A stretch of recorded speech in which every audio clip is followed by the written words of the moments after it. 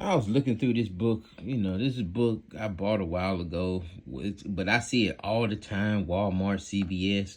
And I just think, yeah, I remember a lot of people having this book. I know a few brothers in the body had it. I remember Ciroc had this book, in Isaiah's. But this is the first page in here, and it has a timeline in it. Very important that we understand this. Like, this is one of them foundational things that we'll need to understand is the timeline of the text. Understanding what books are going to which timeline. And it's vital, and we see, even with this book being an example of, what we need to start at. And and a lot of times we're navigating the text and we don't have an understanding of when these particular books were written in the timeline. We just gonna scan through this thing, starting with Abraham. I don't know if y'all can see that too well. Let me see. Okay, let's zoom it in a little bit. Okay. Books of the Bible are listed by date and events in the timeline. Okay. 2200 BC, we got Abraham, Ishmael, Isaac, Jacob. Jacob flees into Haran, 1922. You got Joseph, going into Egypt, 18 BC. During that time too, it also has world history, Middle East history. You have the law code of Hammurabi during his reign in Babylon from 1792 to 1750. That law code, he's saying that he was given a code. He's a ruler of Babylon, saying he was given a code of 660 some laws that were given to him by whatever deity that they served. And I think I want to say Shamash or something like. Anyway, and it has that eye for an eye.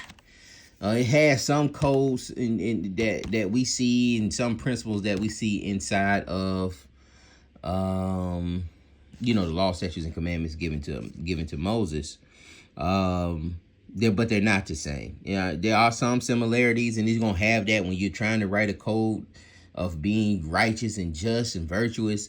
You're gonna have similarities. All right, but there are not enough similarities to say that he just directly copied it. But you'll need to know that information and said, if you get you have somebody like a Brother Garfield or something trying to disprove you, some kind of atheist trying to disprove the text, you need to understand, some of this history and some of these things that were going on also during these biblical times. Slavery in Egypt, we getting into that. You got Genesis, and then you got Job. Are your earliest texts. Job is a little after the flood. All right, Job is a little after the flood. So you can't say that he's an Edomite, or you can't say that Job is an Israelite. All right, they have that dated a little after the flood. Like the book should be Genesis, in chronological order, Genesis, then Job. All right, all your earliest books. As far as timeline and the where they may not, Job may have been written later, but far as the context of the timeline, like where it's written, what time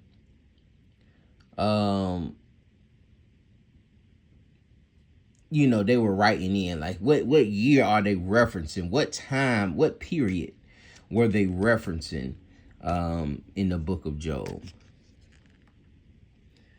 Then you get into slavery in Egypt, and you have the books Exodus, Leviticus, Numbers, Deuteronomy, Joshua. We know that those books deal with that. Here also Judges, Ruth, 1st, 2nd Samuel, 1st Chronicles, Psalms, Um, the era of the judges begins in 13 BC after we flee Egypt, go into the wilderness, and continue on. Look at this also. Shang Dynasty in China starts in 1450. All right, before the time of the judges. All right, a little before the Exodus, the Shang Dynasty was started. And this is why it's hard to say, oh, well, the Moabites and the Ammonites are Asians, when they have this well-documented history of these particular dynasties happening. They way over there in China, starting these, and they having all kinds of wars, fighting amongst each other. So you have to know these. You have to know this history, especially if you're going to go and you're going to say, well, this is these people, and these are these people, and these are these people, and so forth. There was another dynasty they had right after this. I don't see it though. Shang Dynasty. See, the Iron Age begins. Hittite Empire collapses. Trojan War begins. Then we have, hold on. We go over here onto David. All right, King David, United Kingdom. All right, when the kingdom was united.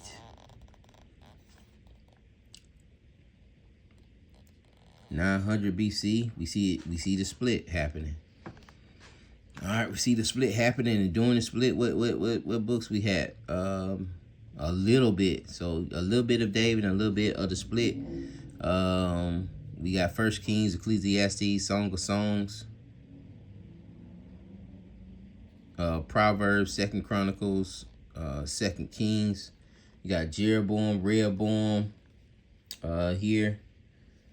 And you see the split, the division of the kingdom. Kings of Judah are down here. Kings of Israel are up here. Hold on 1 second. I'll be right back. All right, y'all, we back. We was at the divided kingdom.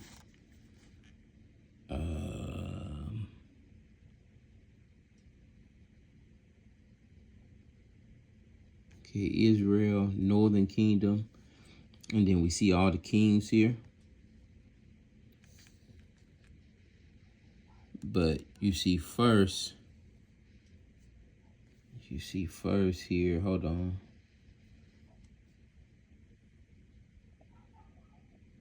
Right here, I'm sorry. This is where we was at. Jeroboam, Rehoboam. All right, Rehoboam, Southern Kingdom. Jeroboam, Northern Kingdom.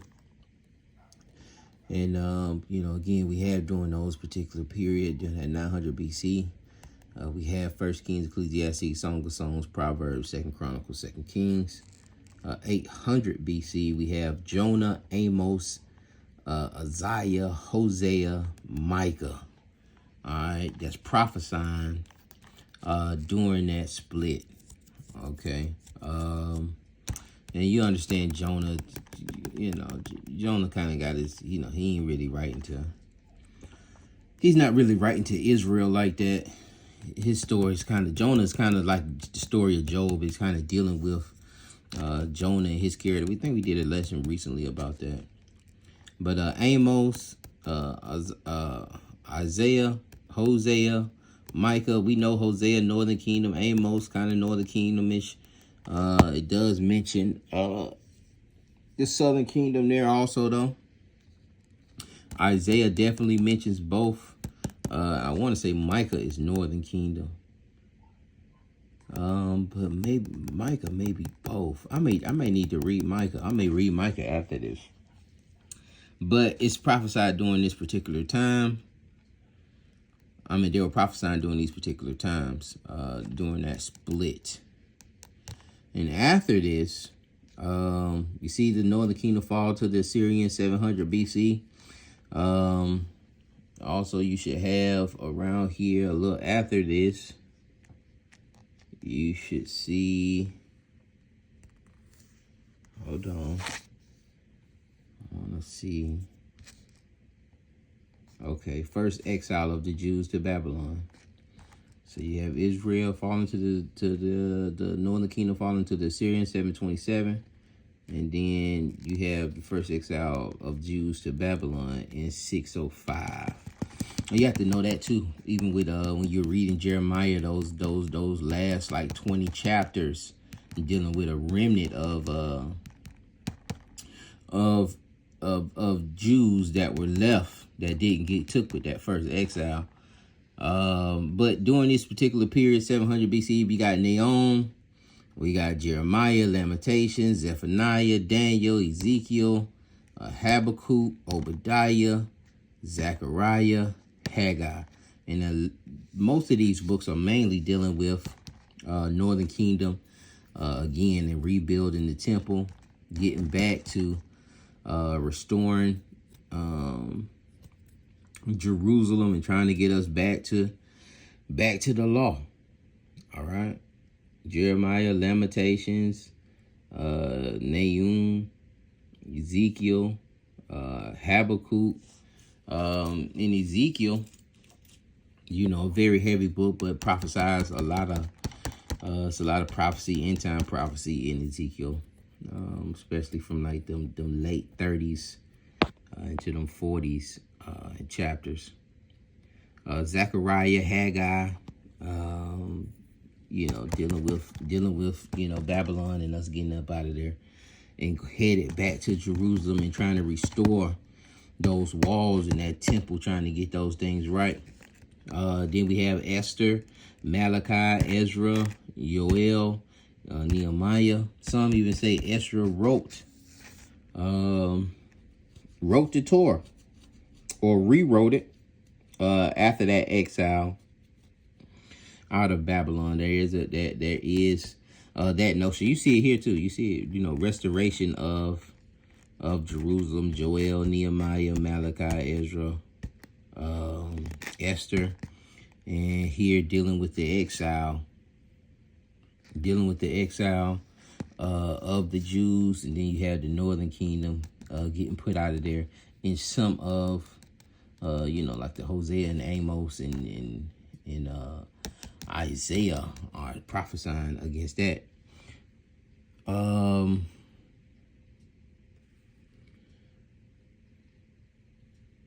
400 BC. Then we get into 300 BC. It says Palestine ruled by Egyptian Ptolemies, the Syrian Seleucids, the Maccabees, and the Romans. Okay, and then it gets into that 300 BC. Ptolemaic Egypt controls Palestine. The Syrian Seleucids bring to rule Palestine. Jewish priests on good terms with the Seleucids. So you see the Ptolemaic Egypt controls Palestine 331 to 198. The Syrian Seleucids begin to rule Palestine 1898. Jewish priests on good terms. Do they say anything about, hold on, world history? Let's see if they say anything about Alexander the Great. Roman Colosseum. Yep, we got Alexander the Great right here. Okay, a little before. 342, 332. I meant Persia regains control of Egypt, 342, 332. And Alexander the Great conquers Egypt and Palestine, and Hellenization begins, 332. And Hellenization, it wasn't just, Hellenization was for everybody. Alexander created, you know, conquered them. Everybody was being Hellenized. Everybody was being brought into Greek culture. Also have the First Punic War. Romans controlled Italy. All right, Romans don't win and controlled Italy, 264 to 241. You got the Septuagint being written here, scripture translated into Greek in Alexandria. What is it? Alexandria, Egypt. They built many Alexandrias everywhere that Alexander had conquered. Second Plutonic War, Hannibal in Italy, 219.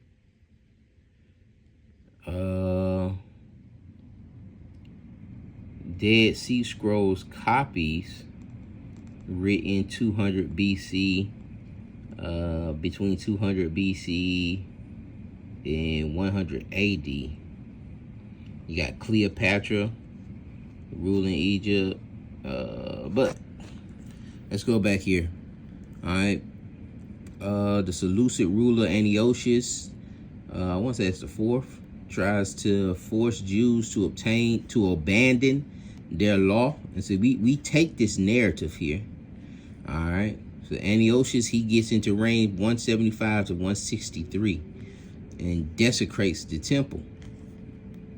When he desecrated that temple, Judas Maccabees leads a Jewish war against the Seleucids in 166. All right. Well, he's 166 to 160. Temple rededicated Hanukkah in 164. Jonathan, brother of Judas Maccabees, continues the revolt from 160 to 143. Hasmoneans take control of the priesthood, 152. Simon, brother, and see, this is what we don't understand, the Hasmonean dynasty. A lot of us trying to have certain conversations about, the political climate that's going on in Israel and who are Gentiles and how are Gentiles operating like this and how are they doing this and da-da-da-da-da and who is Paul writing to, and you don't know the social climate because you don't know this history. See, this is where Maccabees stops right here. You might get a little Jonathan 143, but that's about it. And so you don't have the rest of this history in Maccabees. All right.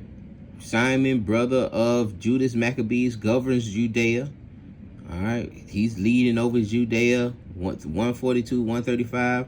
John Hyrcanus the first, a high priest, 134 to 104. John Hyrcanus becomes ruler of Judea, 129. And see, John Hyrcanus, he went and he conquered Egypt, conquered that Galatia, converted the Edomites, and then we'll see what ended up happening with that. Aristobulus the first declares himself ruler of Judea, and then you had a power structure that happened here between these two. And this kind of brought in them Pharisees, Sadducees. You got to know this history. Alexander Jannaeus succeeds Aristobulus as king. Salome Alexander, 76-67. That's the queen. That was a queen. That's a woman there that was ruling. That got us back to the law. And not, away from being influenced. Because even some of these rulers still wanted that influence of the Greeks, still wanted to be, he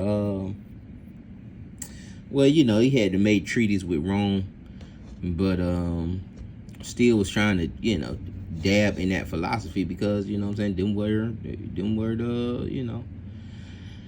they were the rulers. They were the, they were the upper echelon. So we wanted to be, it wasn't keeping up with the Joneses. It was keeping up with the Romans. We wanted to be like the Romans. We wanted to have the great chariots like they had and some of the Colosseums, and we wanted to be involved in that stuff. But his sister brought us back. 76 to 67. You got Aristobulus II, 67 to 63. And then you got Pompey conquers Jerusalem for Rome in 63. All right. Pompey conquers Jerusalem for Rome. Hyrcanus II becomes high priest. And then Herod the Great. And then watch this too. The Rosetta Stone tribute to Ptolemy the fifth, written in Greek, Egyptian hieroglyphs, and Egyptian demotic.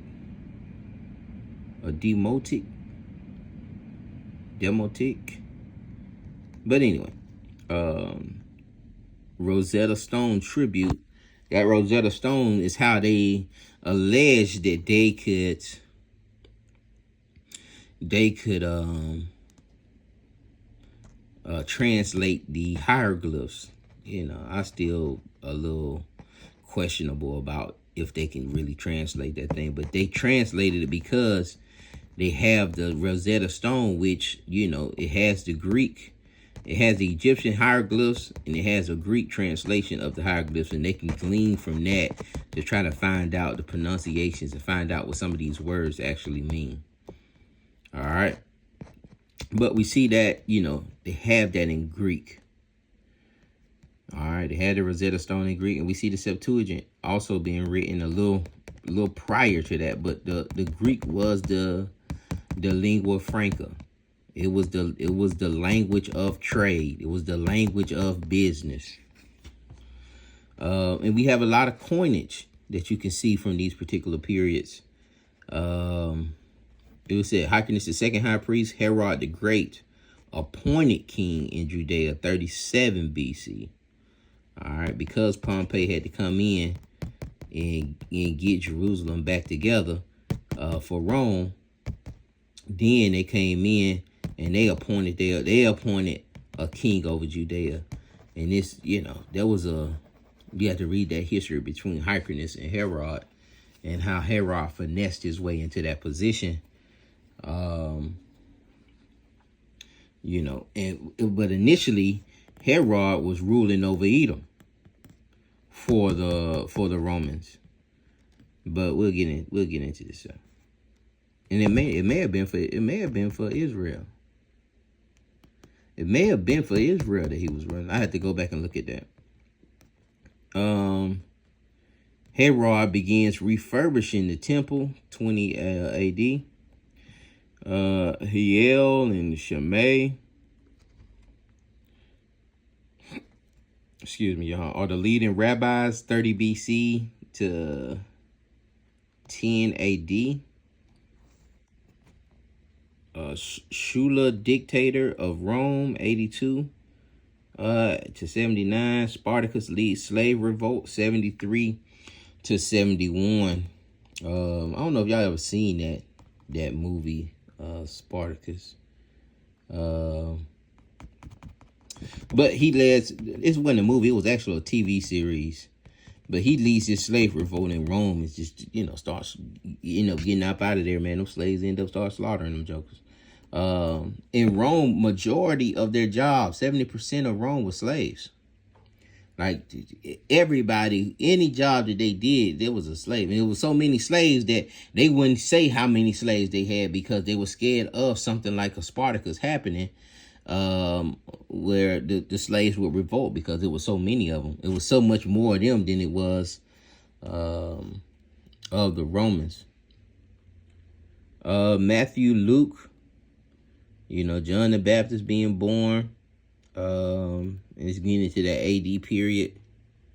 And of course, we know the Gospels and the New Testament were written during these particular periods. All right. But like I said, it's a good tool. If you do see it and you got a couple coins, man, throw it at it. But I just wanted to go over that map real quick. Go over that timeline. So we can understand those things, especially this Hasmonean dynasty and what they call the intertestamental period. We have some understanding on that also. I'll show y'all this also. The Pentateuch, historical books. We got to understand that. Poetry, books that are poetry and wisdom. Job, Psalms, Proverbs, Ecclesiastes, Songs. All right. Major prophets, minor prophets. You got the Gospels, Paul's epistles, general epistles, and Revelations. All right. And some of the, even some of the major minor prophets, they do have songs in them. We was talking about this. But a lot of people, try to say, hey, man, well, I don't deal with this particular book because, we don't know who wrote it. Brother was saying that about Hebrews. We don't know who wrote it. Listen, man, we don't know who wrote Joshua. It says unknown, Joshua or Samuel. Judges, we don't know who wrote it. Maybe Samuel. We don't know who wrote Ruth. Maybe Samuel. 1 Samuel. We don't know. 2 Samuel. We don't know. Ezra. Okay, we have it. You say Ezra wrote Ezra. 1 Kings. We don't know. 2 Kings. We don't know.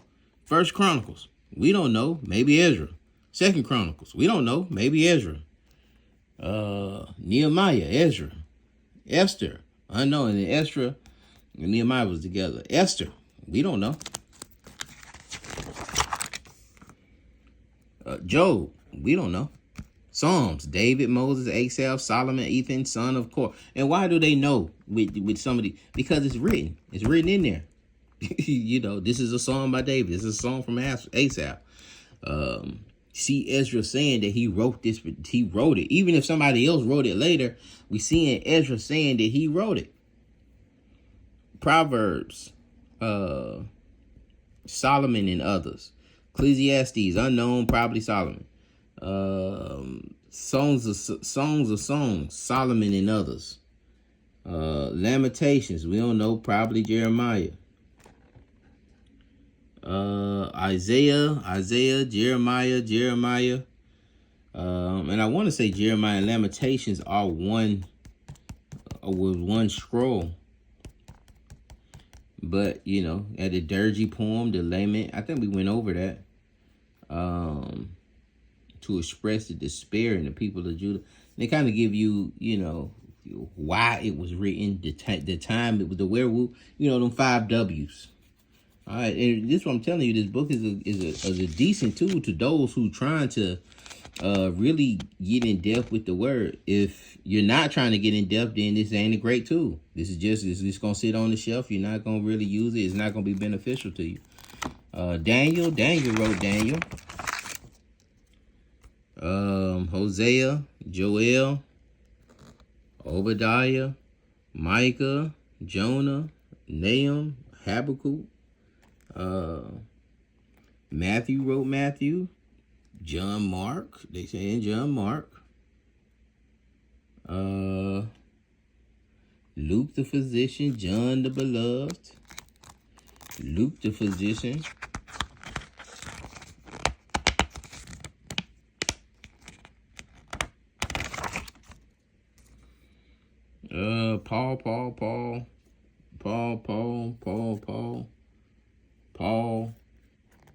Paul. Hebrews, they say unknown. James, Peter, John, and Jude, and John. For Revelations. And even with some of the Gospels, we really don't have autographs for them either.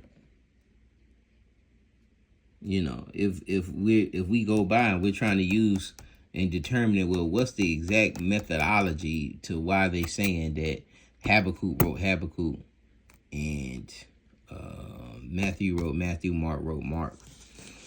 We'll have to examine that. It does that hold up? Why aren't we saying, you know, because a lot of people do. Some scholars say that Paul wrote Hebrews. If they're gonna say anybody, they're gonna say Paul wrote Hebrews. But they don't got no autograph for it. But that was it, y'all.